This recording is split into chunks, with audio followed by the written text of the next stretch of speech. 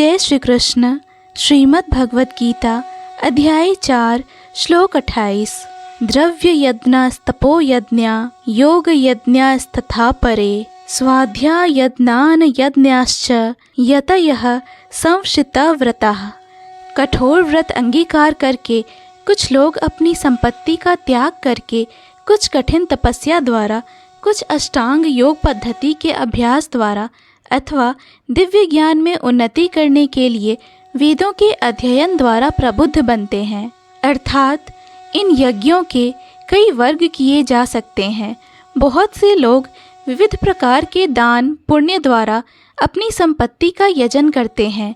भारत में धनाढ़ व्यापारी या राजवंशी अनेक प्रकार से धर्मार्थ संस्थाएं खोल देते हैं, यथा धर्मशाला, अन्न क्षेत्र, अतिथिशाला, अनाथालय तथा विद्यापीठ। अन्य देशों में भी अनेक अस्पताल, बूढ़ों के लिए आश्रम तथा गरीबों को भोजन, शिक्षा तथा चिकित्सा की सुविधाएं प्रदान करने के दातव्य संस्थान हैं। ये सब दान कर्म द्रव्यमय यज्ञ हैं। अन्य लोग जीवन में उन्नति करने अथवा उच्च लोकों में जाने के लिए चंद्रयान तथा चातुर्मास्य जैसे विविध तप करते हैं। इन विधियों के अंतर्गत कतिपय कठोर नियमों के अधीन कठिन व्रत करने होते हैं।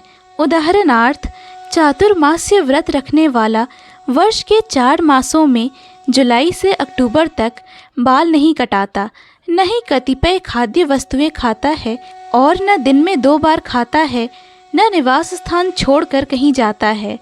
जीवन के सुखों का ऐसा परित्याग तपोमय यज्ञ कहलाता है।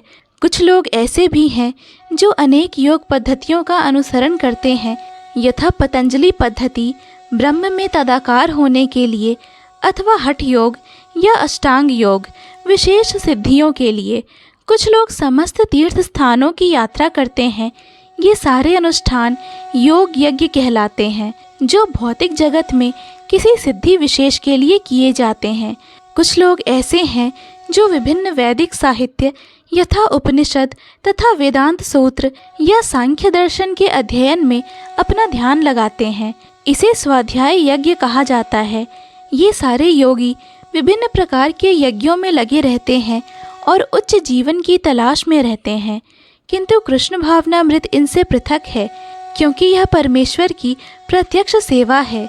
इसे उपर्युक्त किसी भी यज्ञ से प्राप्त नहीं किया जा सकता, अपितु भगवान तथा उनके प्रामाणिक भक्तों की कृपा से ही प्राप्त किया जा सकता है। फलतः कृष्ण भावनामृत दिव्य है। जय श्री कृष्ण। सभी बंधुओं से विनम्र निवेदन है कि श्रीमद् भगवत गीता के श्लोकों को कृपया शेयर कर ज़्यादा से ज़्यादा लोगों तक पहुँचाएं, क्योंकि श्रीमद् भगवत गीता सनातन धर्म का एक प्रमुख ग्रंथ है, जो मानव जीवन के संपूर्ण धर्म दर्शन को सर्वश्रेष्ठ रूप से प्रस्तुत करता है। जय श्री कृष्ण। पूर्ण भगवत गीता के श्लोकों को सुनने और समझने के लिए कृपया इस चैनल को सब्सक्राइब करें। वीडियो पसंद आया हो तो लाइक और शेयर करें।